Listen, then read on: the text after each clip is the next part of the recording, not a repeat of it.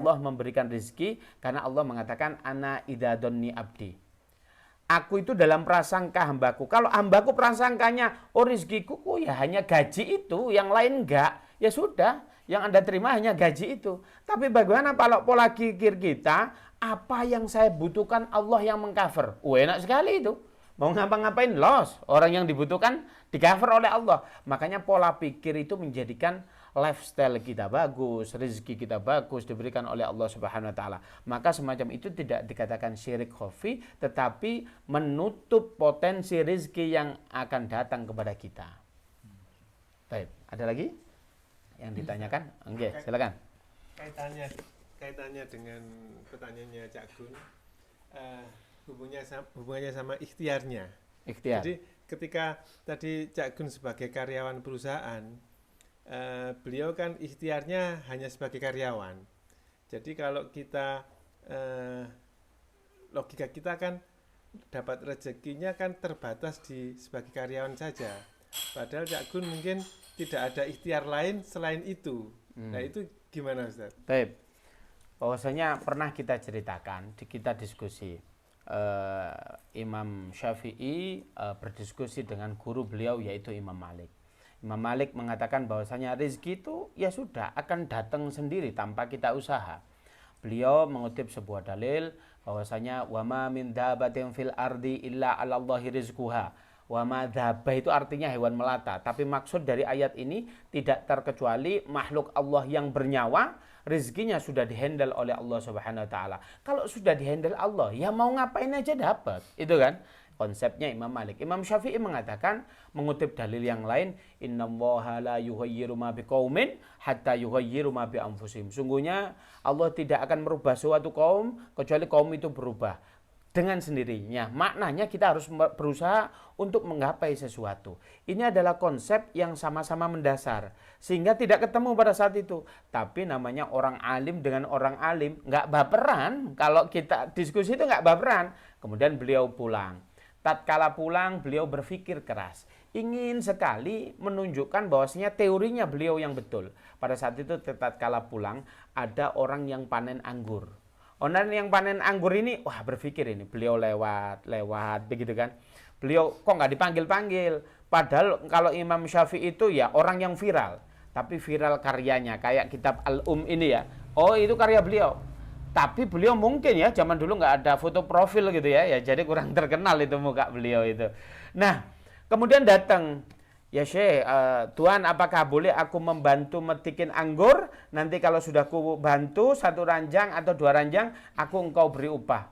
Dengan apa engkau beri anggur? Oh ya tafadhol silakan. Oh senang. Imam Syafi'i metikin anggur. Senangnya bukan dapat anggur, tapi senangnya merasa teori beliau betul. Diambillah anggur.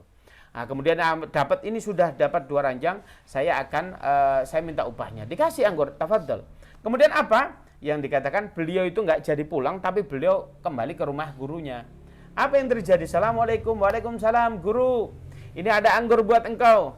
Oh, Masya Allah, terima kasih. Teoriku betul, guru. Teori tentang apa? Tadi perdebatan kita. Saya yang betul. Kok bisa? Saya tadi lewat.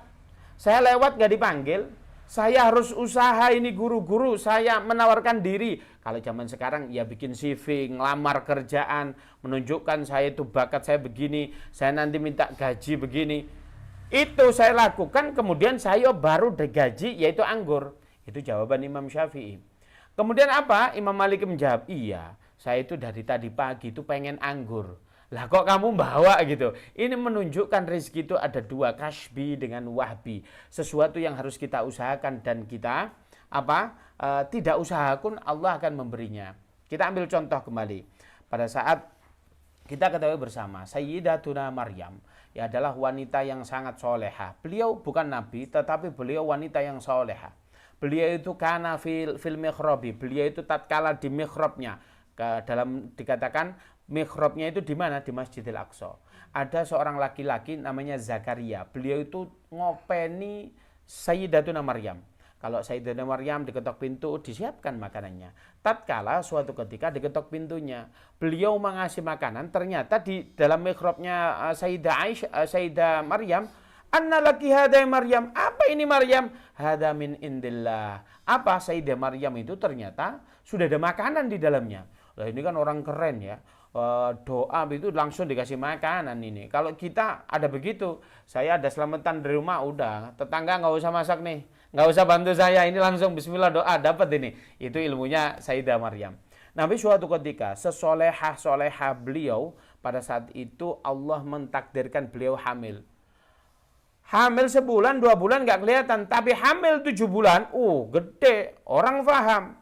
Oh, kamu ini kelihatannya soleha, pakai kerudung besar, tapi engkau hamil, kamu nggak punya suami. Aku nggak tahu, ini dari takdir Allah, kita nggak percaya. Kemudian beliau diusir. Kalau diusir sekarang, kita bisa telepon teman, atau pesan Grab online, atau apalah begitu ya. Bisa kita tidur di rumah teman, atau yang murah-murah begitu. Ada. Tapi zaman dulu nggak ada. Antara kampung satu dengan kampung yang lain, bainal amyal, bermil-mil. Kemudian beliau keluar dari Palestina, jalan bermil-mil. Kalau kita ketahui bahwasanya di Al-Quran orang hamil itu wahnan ala wahnin, lemes tambah lemes. Kemudian apa? Beliau sampai suatu ketika nyampe lah di sebuah korma. Kemudian beliau berteduh.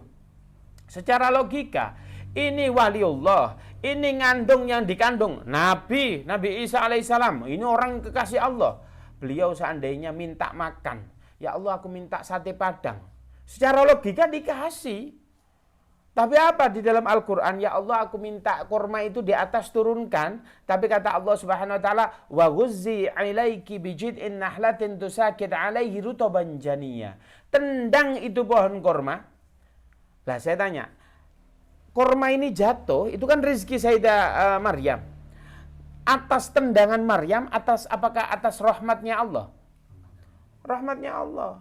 Jenengan yang sehat saja, tendang itu. Kalau di samping rumah saya ada kelapa, kalau bisa jatuh tak kasih 500.000.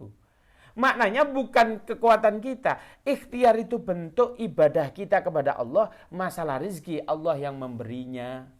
Oleh karena itu rezeki itu ada 2, 1 kasbi, 2 wahbi. Kewajiban kita usaha saja. Tapi kita harus yakin rezeki itu bentuk dari pemberian dari Allah.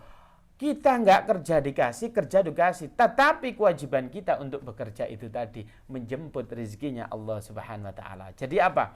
Kalau kita menjemput rezekinya, taruhlah kita menjadi pegawai, bukan berarti gaji kita itu satu-satunya rezeki dari Allah. Ingat, gaji itu bukan rezeki, tapi bagian daripada rezeki. Kalau antum amati, coba, gaji antum seandainya 4 juta rupiah, seandainya.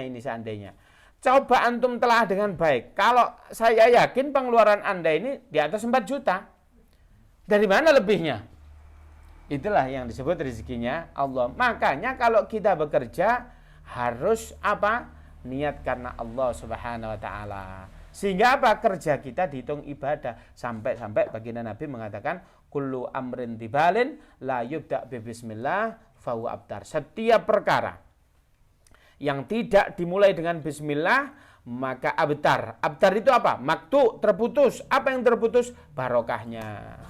Kerja siang malam gaji 5 juta, baru gajian 2 hari, 3 hari habis.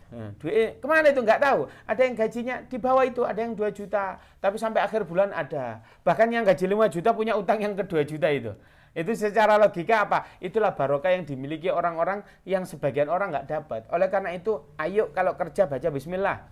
Niatkan apa? Kerja kita karena Allah. Bukan hanya kerja, melakukan seluruh aktivitas dengan mengucapkan bismillahirrahmanirrahim. Baik, ada lagi? Oke, silakan. Ini. Monggo. Terkait doa yang dikabulkan tadi apa?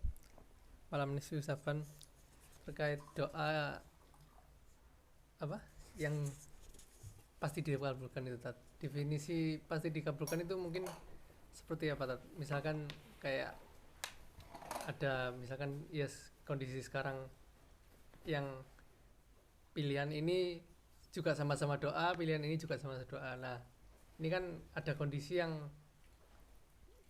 gak mungkin kan dua-duanya itu terkabulkan. Oke. Paham. Maksudnya seperti apa itu?